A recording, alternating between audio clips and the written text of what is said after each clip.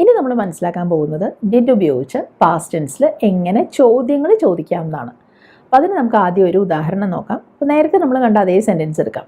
ഞാൻ ഇന്നലെ അനുവിനെ സന്ദർശിച്ചു. അതെങ്ങനെ നമ്മൾ ഇംഗ്ലീഷിൽ പറയുന്നത്?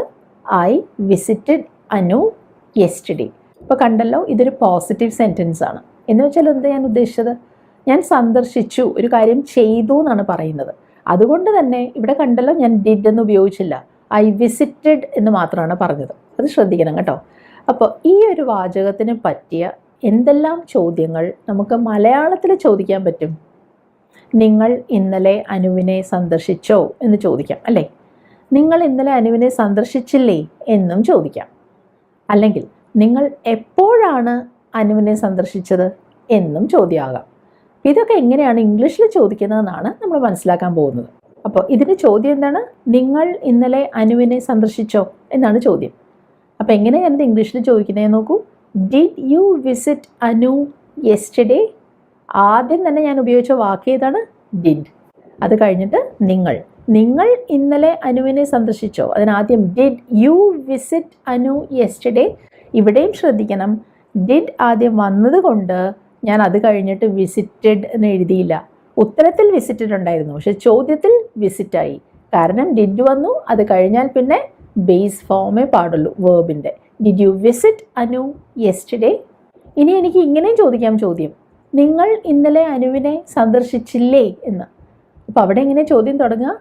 Didn't U visit Anu yesterday? ഇവിടെ ഒറ്റ വ്യത്യാസമേ ഉള്ളൂ. ആദ്യം നമ്മൾ ചോദിച്ചു ഡിഡ് യു വിസിറ്റ്, സന്ദർശിച്ചോ. അടുത്തതിൽ സന്ദർശിച്ചില്ലേ. അപ്പോൾ didn't U visit Anu yesterday.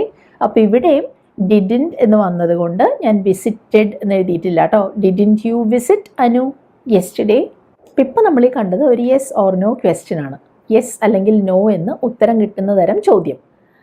അപ്പോൾ ഇനി എനിക്ക് ചോദിക്കേണ്ടത് കുറച്ച് വ്യത്യസ്തമായിട്ടുള്ളൊരു ചോദ്യമാണ്. അതായത് എപ്പോഴാണ് നിങ്ങൾ അനുവിനെ കണ്ടത് എന്നാണ് എനിക്ക് അറിയേണ്ടത്. അപ്പോൾ എപ്പോൾ എന്നുള്ളതിന് നമ്മൾ ഇംഗ്ലീഷിൽ പറയുന്ന വാക്ക് വെൻ എന്നാണ്. അപ്പോൾ ആ വെൻ എന്ന വാക്ക് ഞാൻ എവിടെയാണ് ചേർക്കുക? ഇപ്പോൾ ഈ കണ്ട ചോദ്യമില്ലേ, യെസ് ഓർ നോ ക്വസ്റ്റ്യൻ, അതിൻ്റെ നേരെ മുൻപിൽ വെൻ ചേർത്താൽ മതി. അപ്പോൾ എന്താവും ചോദ്യം? When did you visit Anu? ഇനി യെസ്റ്റർഡേ എന്ന് പറയരുത് കേട്ടോ, അതാണ് നമ്മുടെ ഉത്തരം. അപ്പോൾ അതുകൊണ്ട് അത് മാറ്റണം. When did you visit Anu? I visited Anu yesterday എന്ന് ഉത്തരം കിട്ടും. ഇന്നലെയാണ് ഞാൻ അനുവിനെ സന്ദർശിച്ചത്. അപ്പോൾ ഈ വെൻ എന്ന് പറഞ്ഞ് തുടങ്ങിയ ഈ ചോദ്യത്തിന് നമുക്ക് വിളിക്കാവുന്നൊരു പേര് WH ക്വസ്റ്റ്യൻ എന്നാണ്. അങ്ങനെ പറയാൻ കാര്യമുണ്ട്. ഈ വെൻ എന്ന് പറഞ്ഞ വാക്ക് WH എന്നീ രണ്ട് അക്ഷരങ്ങളിലല്ലേ തുടങ്ങിയത്. അപ്പം അങ്ങനെ വരുന്ന വാക്കുകൾ ഹൂ, വാട്ട്, വെയർ, വൈ, ഇതിനെല്ലാം നമ്മൾ WH വാക്കുകൾ, WH വേർഡ്സ് എന്ന് പറയും. ആ വാക്കുകൾ വെച്ച് തുടങ്ങുന്ന ചോദ്യങ്ങളെയാണ് നമ്മൾ WH ക്വസ്റ്റ്യൻ എന്ന് പറയുന്നത്. ഇപ്പോൾ നമ്മളൊരു കാര്യം മനസ്സിലാക്കി. ഡിഡ് ഉപയോഗിച്ച് നമുക്ക് യെസ് ഓർ നോ ചോദ്യവും ചോദിക്കാം, WH എന്ന് തുടങ്ങുന്ന ചോദ്യവും ചോദിക്കാം. ഇനി നമുക്ക് അടുത്ത സെൻറ്റൻസ് നോക്കാം. അവൻ ഫുട്ബോൾ കളിച്ചു. അവനെന്താ പറയുക? He played football. അപ്പോൾ അവൻ ഫുട്ബോൾ കളിച്ചില്ല എന്നായിരുന്നെങ്കിൽ എന്ത് പറഞ്ഞാൽ? He did not play football. അതറിയാലോ അല്ലേ? ഇനി നമുക്ക് ചോദ്യങ്ങൾ ചോദിക്കാം. അവൻ ഫുട്ബോൾ കളിച്ചോ? എന്താ ചോദിക്കുക? Did he play football? കണ്ടോ, ഡിഡ് ഹീ കഴിഞ്ഞിട്ട് പ്ലേഡ് അല്ല, പ്ലേ.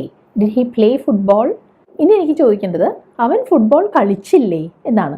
അപ്പം അതെങ്ങനെയാണ് ഞാൻ ചോദിക്കുക? Didn't he play football?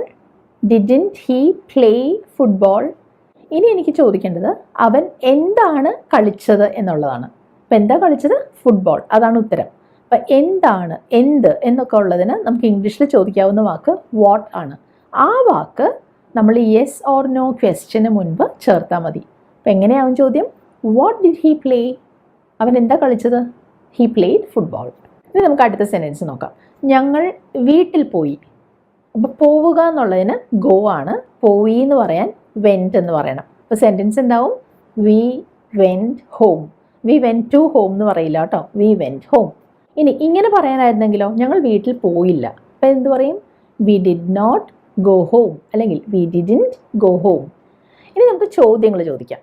നിങ്ങൾ വീട്ടിൽ പോയോ? അപ്പം എന്താ ചോദിക്കുക? Did you go home? കണ്ടോ, ഡിഡ് യു ഗോ ഹോം. ഇനി ഇങ്ങനെയാണെങ്കിലോ, നിങ്ങൾ വീട്ടിൽ പോയില്ലേ? എന്ത് ചോദിക്കും? Didn't you go home? Didn't you go home. ഇനി ഇങ്ങനെയാണെങ്കിലോ, നിങ്ങൾ എവിടെയാണ് പോയത്? അപ്പോൾ എനിക്ക് ഹോം എന്നുള്ളതാണ് ഉത്തരമായിട്ട് വേണ്ടത് കേട്ടോ.